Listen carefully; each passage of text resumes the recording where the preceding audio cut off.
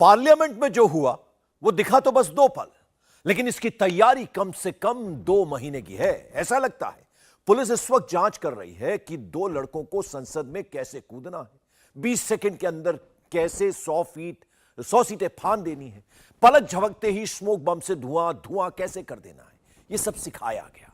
इन लड़कों के घर वाले भी कह रहे हैं कि यह सिर्फ मोहरा है, मास्टरमाइंड कोई और है। सोचिए, नई दिल्ली में जो हुआ उसका कनेक्शन 5 राज्यों से जुड़ा है। 5 राज्यों के 6 लोग इकट्ठा हुए, दिल्ली के पास गुरुग्राम में एक रात रुके, बीजेपी के सांसद से ही पास बनवाया, 2 संसद के अंदर आए, 2 बाहर रहे, 5वें को अपना मोबाइल फोन दे दिया ताकि वो वीडियो बनाकर वायरल कर सके, और छठे के घर को ठिकाना बनाया। यह सब आसानी से एक रात की बात तो नहीं लगती है, इसके पीछे कोई बहुत बड़ी टूल किट लगती है। और यह विदेशी टूल किट का हिस्सा क्यों लगता है, सबसे पहले जरा आप यह समझिए।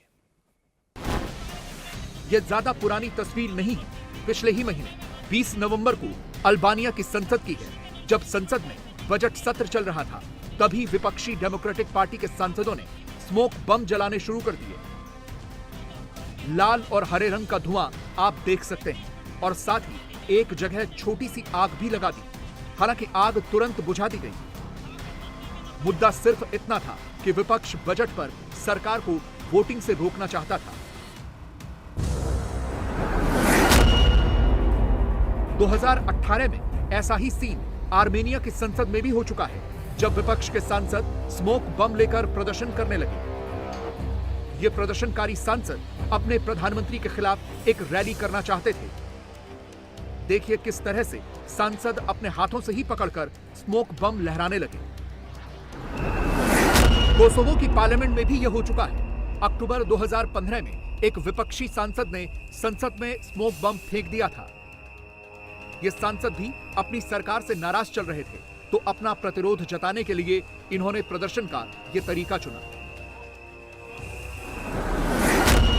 2017 में यूक्रेन की संसद में भी स्मोक बम चल चुका है।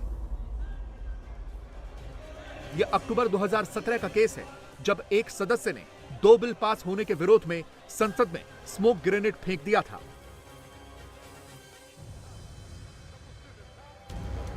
विदेशों की संसदों और भारत की संसद में हुई घटना में फर्क बस इतना है कि विदेशों में विपक्षी सांसदों ने ही स्मोक बम के साथ प्रदर्शन किया, क्योंकि वो अपना प्रोटेस्ट दर्ज करवाना चाहते थे। जबकि आज की घटना संसद की सुरक्षा में बहुत बड़ी चूक है, क्योंकि यहां बाहर के कुछ युवा अंदर घुसकर स्मोक बम चलाने में सफल रहे। स्मोक बम का इस्तेमाल सिर्फ संसदों के अंदर ही नहीं हो रहा, बल्कि बड़े बड़े प्रदर्शनों में इनका इस्तेमाल किया जाता है। खास तौर पर फिलिस्तीन के लिए पूरी दुनिया में प्रदर्शन करने वाला टूल किट इन कलरफुल स्मोक बम का इस्तेमाल करता है। यह कनाडा के वैंकूवर में हुए ऐसे ही एक प्रदर्शन की तस्वीर है।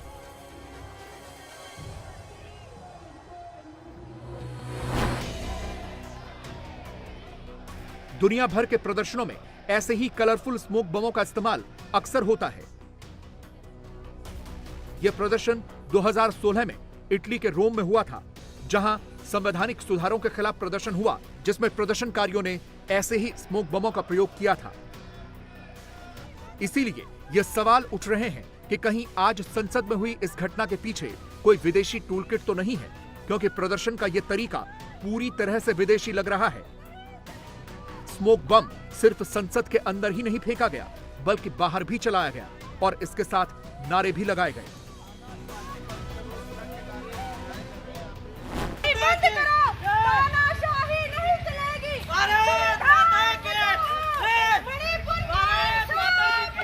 महिलाओं पे अत्याचार नहीं चलेगा।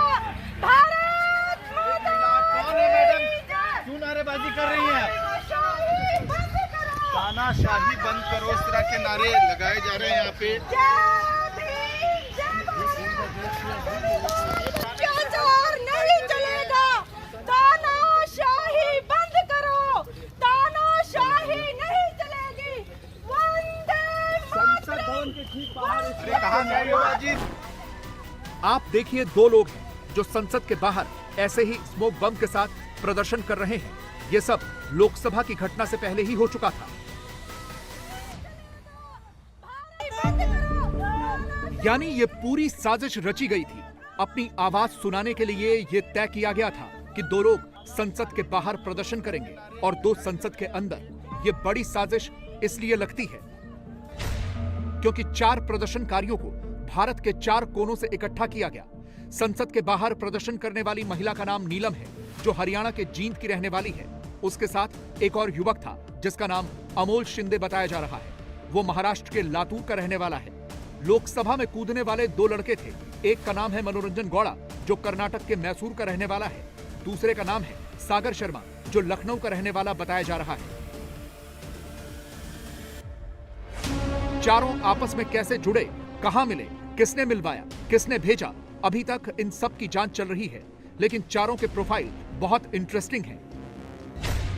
संसद के बाहर प्रदर्शन करने वाली जींद की नीलम सिविल सर्विसेज की तैयारी कर रही थी, जबकि लातूर का रहने वाला अमोल शिंदे पुलिस और सेना भर्ती की तैयारी कर रहा था। मैसूर के रहने वाले मनोरंजन गौड़ा ने इंजीनियरिंग की हुई थी और लखनऊ का सागर शर्मा ई रिक्शा चलाता है। इन चारों में आपस में कॉमन फिलहाल कुछ भी नजर नहीं आ रहा, लेकिन इसके बावजूद वो पार्लियामेंट ब्रीच कर प्रदर्शन करने की इस साजिश में शामिल हो गए। ये कहा जा रहा है कि चारों फेसबुक के जरिए मिले थे, लेकिन इन चारों को प्रदर्शन का ये आइडिया खुद आया या किसी टूल किट का हिस्सा थे, और इन चारों के अलावा इस पूरी साजिश में कोई और भी शामिल था, इसकी भी जांच की जा रही है। और ये भी पता लगाया जा रहा है कि इनके पास ये स्मोक बम कहां से आया था। ये बात तो साफ है कि ये अपने जूते में छिपाकर इन स्मोक बम को लेकर आए थे। अचानक 2 व्यक्ति अपने गैलरी से कूद पड़े। कूदे मतलब पहले वो आगे वाले पिलर को लटकते रहे, लटकने के बाद में कूद पड़े, एक के पीछे दूसरा भी कूदा। कूदने के बाद में दोनों ने बेंच के ऊपर से कूदना स्टार्ट कर दिया। एक बीच में आ गया, फिर तो उसने जूते उतारे। तब तक वो सोच रहा था किधर भागो, तो चारों तरफ से सांसद आ गए, जब पकड़ लिया उसको, दूसरे को भी पकड़ लिया, पीछे को भी। उसके बाद में अचानक गैस आना स्टार्ट हुआ, तो उसके जूते में क्या कहीं था मालूम नहीं था। येलो कलर का गैस है, थोड़ा सा बर्निंग हो रहा है नाक में उसके। सबसे बड़ा सवाल यह है कि ये दोनों ही आरोपी यानी सागर शर्मा और मनोरंजन गौड़ा लोकसभा की दर्शक दीर्घा से सांसदों के बीच कैसे कूदे? क्या नए संसद भवन में विजिटर गैलरी या दर्शक दीर्घा बहुत नीचे है? इस तस्वीर में भी दिख रहा है कि नई पार्लियामेंट में दर्शक दीर्घा बहुत नीचे दिख रही है। इसी दर्शक दीर्घा से ये दोनों आरोपी नीचे कूदे और कुछ सांसदों के मुताबिक वो लटक कर कूदे थे। थोड़ा हल्ला गुल्ला ऊपर से आया तो हमने ध्यान दिया, एक आदमी पहले कूद गया, एक दूसरा भी कूद रहा था।